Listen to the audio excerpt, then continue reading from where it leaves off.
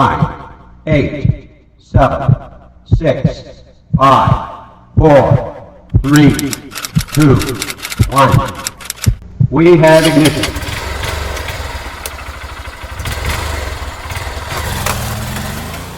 Ang oras ngayon ay 3:15 AM. Magpe-prepare na kami para umalis. Sayang hindi tayo makakapag-swimming. Ayan. Malinis yung tubig. Mahina lang yung alon. Kagabi grabe yung ulan tapos hangin. Medyo malakas rin yung alon. Medyo natakot kami kagabi. Kasi sobrang lakas ng hangin. Ngayon, kalmado na siya. Sobrang lapit lang ng isang isda. Oo, dito na pala sa may paa ko yung isa.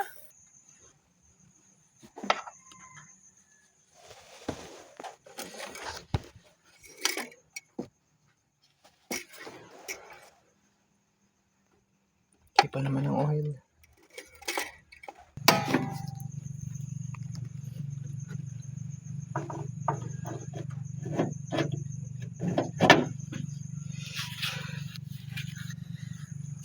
Goods. Okay. Windshield washer. 4:41 AM. Yeah, may cold start. So, biyahe ulit tayo. Kompleto ang ilaw. Sa likod meron. Palis na tayo dito sa Taiwan Straits. Salamat. Hindi na tayo nakapagpaalam sa may-ari. Tulog pa.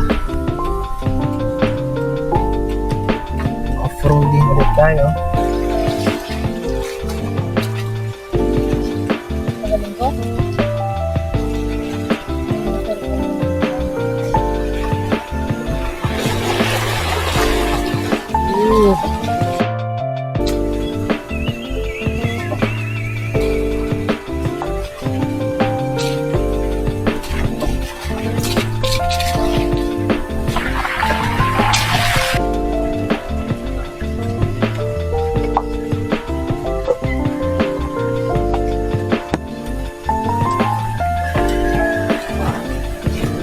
Okay.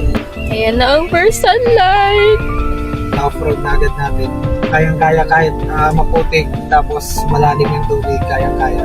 5:03 AM. Medyo lumiliwanag na. Maghahanap po na tayong mga kainan. Tapos diretso na tayo ulit sa biyahe.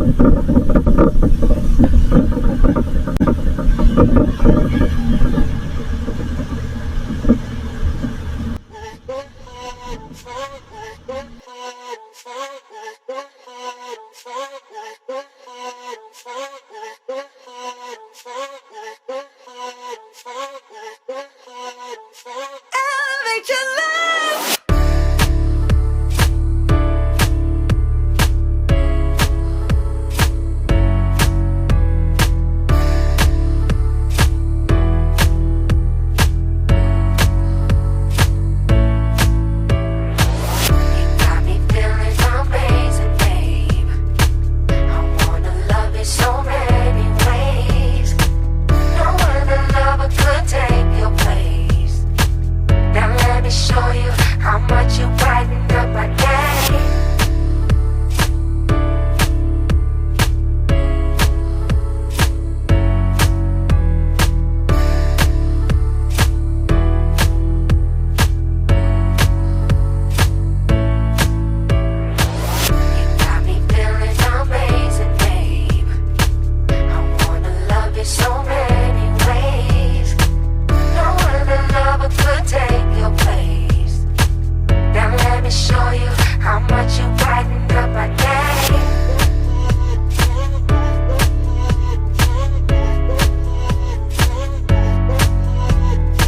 Kakadaan lang natin doon sa Agas-Agas Bridge.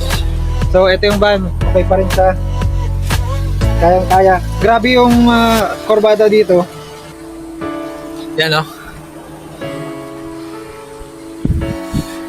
Siguro hindi halata sa camera pero pababa yan. Pataas naman doon. So yan, update namin kayo mamaya.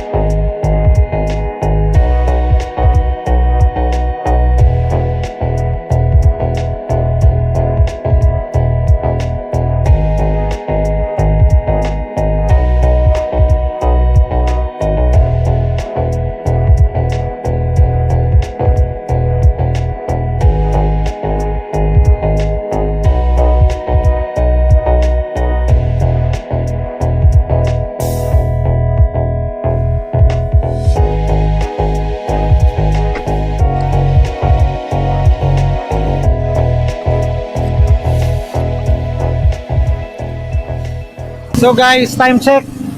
8:45. Nandito tayo ngayon sa MacArthur Memorial. Pahinga muna no, kasi almost 3 hours na ako nag-drive. Kailangan magpahinga. Wala pa rin tayong breakfast. Kape lang sa 7-Eleven. Mainit lang. Kahit alas 8 pa lang. So tumatawid kami ngayon.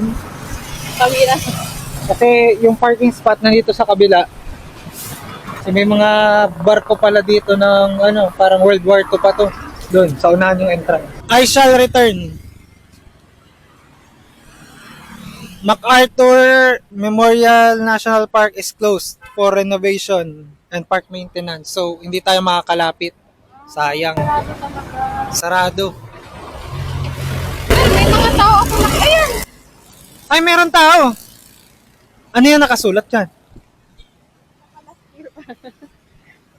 MacArthur Landing Memorial National Park. You're not picking up, I'm not giving up so easily, so easily.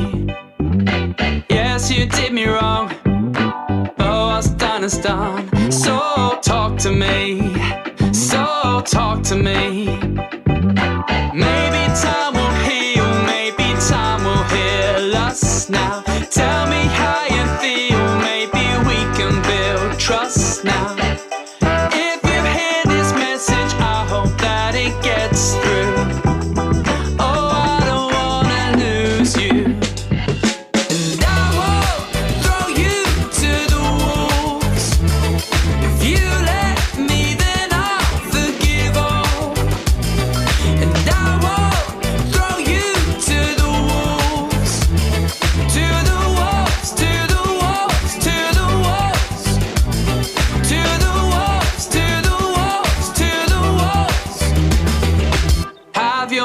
exchange. Don't throw this away so easily, so easily. You're the only one. If there's something wrong, just talk to me. Just talk to me. Hi, buddy. Maybe time will heal, maybe time will heal us now. Tell me how you feel, maybe we can build trust now. If you hear this message, I hope that it gets through. Oh, I don't wanna lose you. So guys, ramen tayo for breakfast. Throw you to the wolves. If you let me, then Picture muna I'll tayo. forgive all. And I won't throw you to the wolves. To the wolves, to the wolves, to the wolves. And I won't throw you to the wolves. If you let me, then I'll forgive all. And I won't throw you to the wolves. To the wolves, to the wolves, to the wolves. To the wolves, So guys, to the wolves. ko alam kung saan ko lalagay yung camera para makita niyo ako, pero may konting modification lang tayo sa sakyan. Ito, personal ano lang to.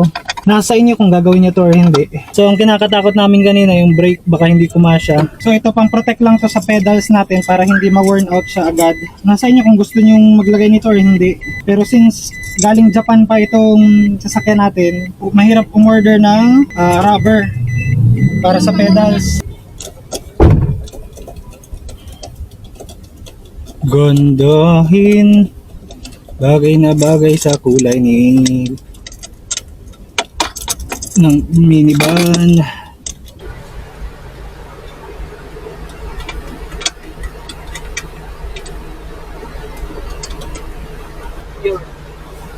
Done.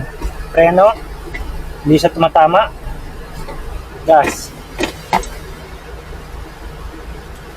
So guys, tapos na tayo maglagay ng pedal cover natin. Tapos, nag-shoot rin tayo ng mga shorts, pang shorts natin. So, nandito tayo ngayon sa isang parking lot sa Robinson.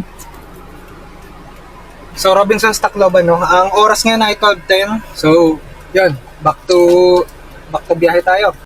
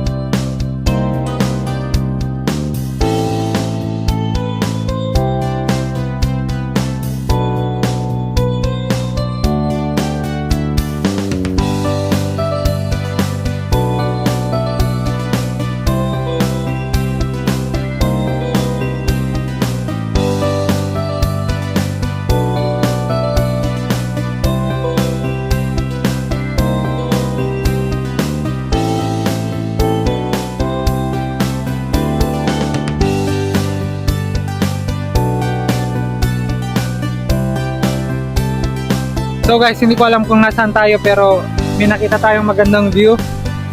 Tumigil muna tayo dito. Yan o. Sobrang lala ng lubak. Grabe. Grabe yung kalsada dito. Lubak-lubak na. Nabigla ako eh. Si Mrs. nakatulog na eh. So yung linagay natin, okay pa rin. Napakaganda. So balik biyahe tayo guys. Whew. Let's go.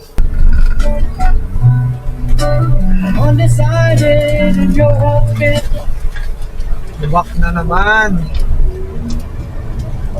Balogan. Parang malapit na tayo sa Katbalogan. Sunod ng Katbalogan, Allen na. So, malapit na.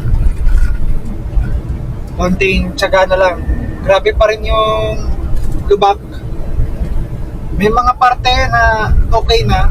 Naayos na yung kalsada. May mga parte na talagang wala.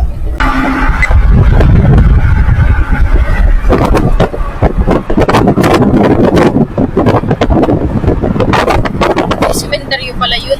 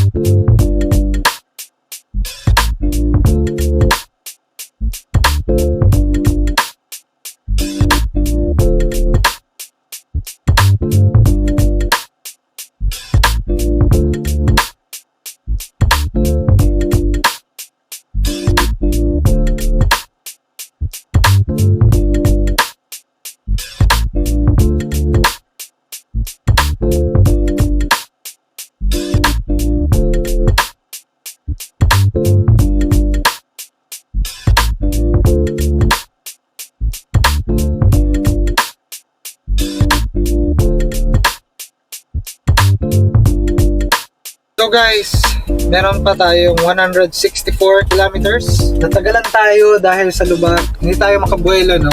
Gusto natin maalagaan yung ating sasakyan, kaya talagang mabagal lang tayo sa mga lubak na ganyan. So yun, natagalan tayo. Yung estimated na 5 PM na makakarating, naging 7 PM sa estimation. Destination natin dito ay yung port sa Allen. So 3 hours and 47 minutes pa, 7:05, 164. So may chance na dito kami ulit matulog sa Visayas dahil baka wala ng Roro. Yun yung hindi natin sure kung merong Roro or walang Roro ano. Tapos makikita nyo medyo umuulap na, kaya may chance rin na umulan. So yun, maraming factors kung bakit tayo natatagalan sa biyahe. Hindi tayo agresibo sa daan, kaya medyo natatagalan tayo. Tamang pace lang, lalo na sa lubak, para walang damage, iwas aksidente, no.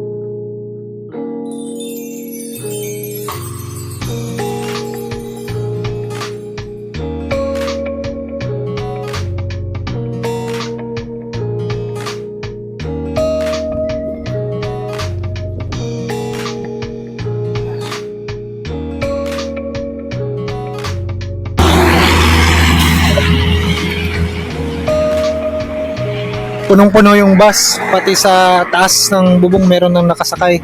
Ganda ng view dito.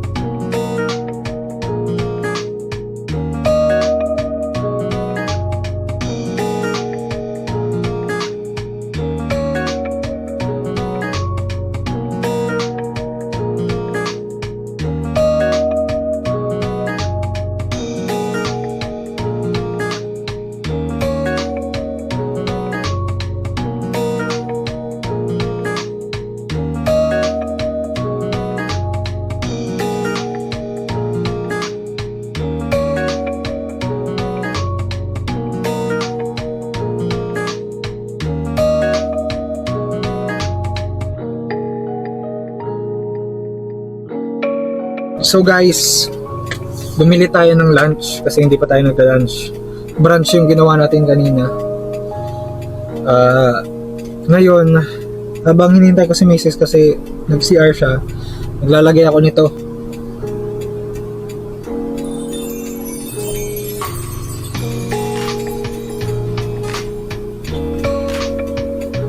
So meron na tayong isa. Maglalagay rin ako dito ng isa.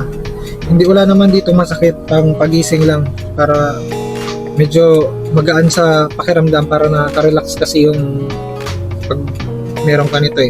Ano na nalagay mo? Isa, dalawa, tatlo, apat, 5.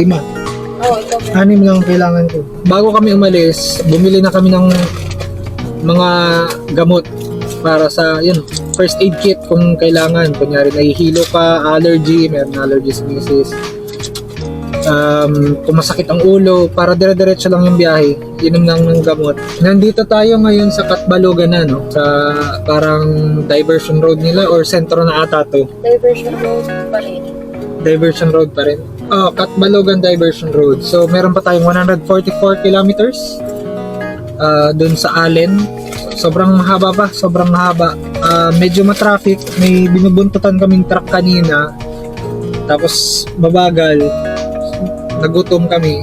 Yun, lumikaw na kami dito sa McDo para lang kapag makabili na ng lunch. Yun. Ng snack na to kasi brunch yung kanina. Tapos para mamaya dinner na lang yung iisipin. Kahit light lang yung dinner at kasi may basta may kinain, ganun lang.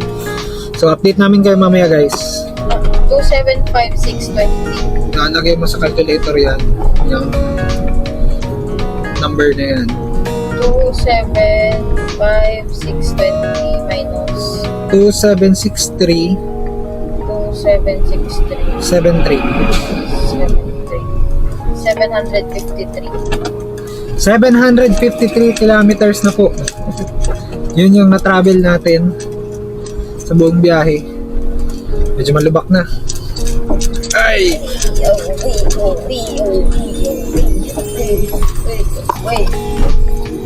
Pero ayos yung van kahit malubak.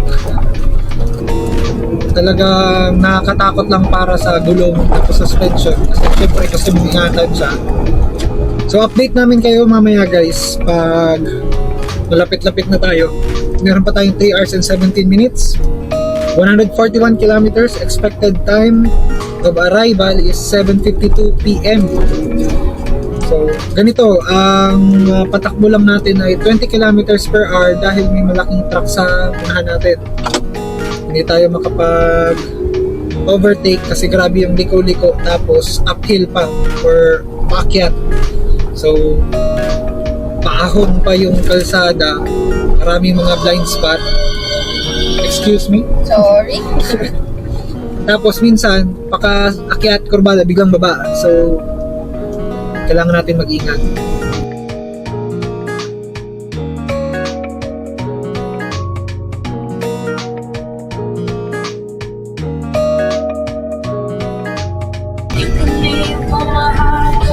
City In hardware. 200 meters, turn right onto Maharlika Highway, Pan-Philippine Highway. Take the next right onto Maharlika Highway, Pan-Philippine Highway.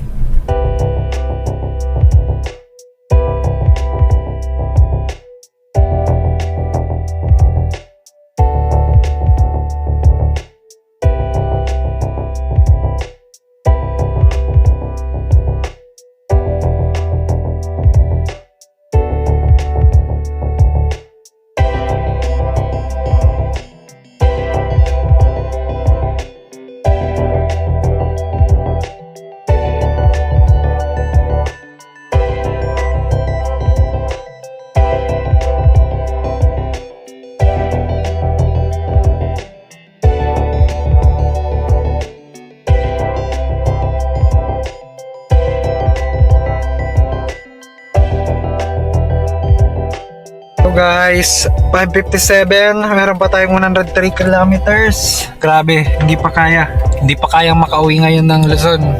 So baka magstay tayo dito. Ang goal lang namin, makarating lang kami ng Allen. So itong 103 kilometers na to papuntang Allen, dire-diretso na to. Bukas na lang tayo tatawid ng dagat. Tapos yan, Luzon. 5 hours lang or 8, depende sa traffic. Yung dating Matnog to Naga namin, 5 hours lang. So, bukas, siguro mga hapon, nasa bahay na tayo. So, update namin kayo ulit mamaya. Salamat!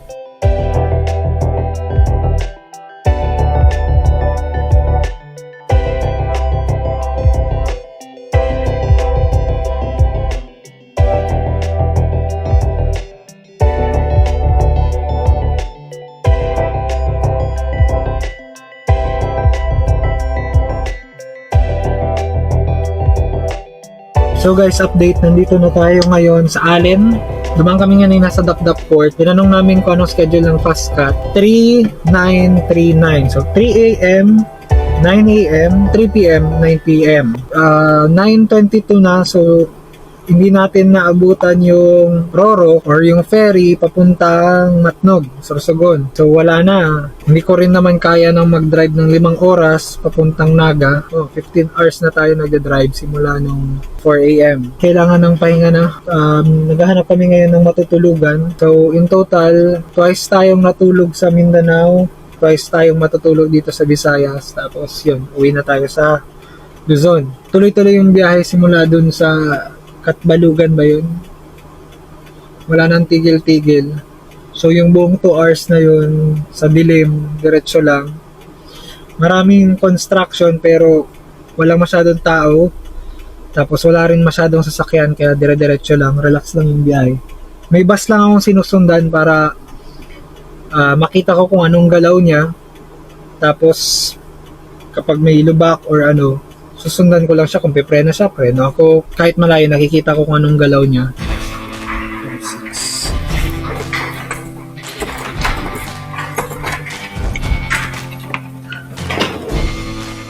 Nice.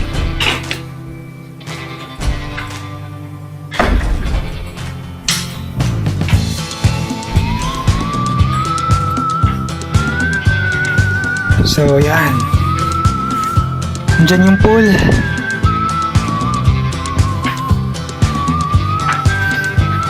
May TV.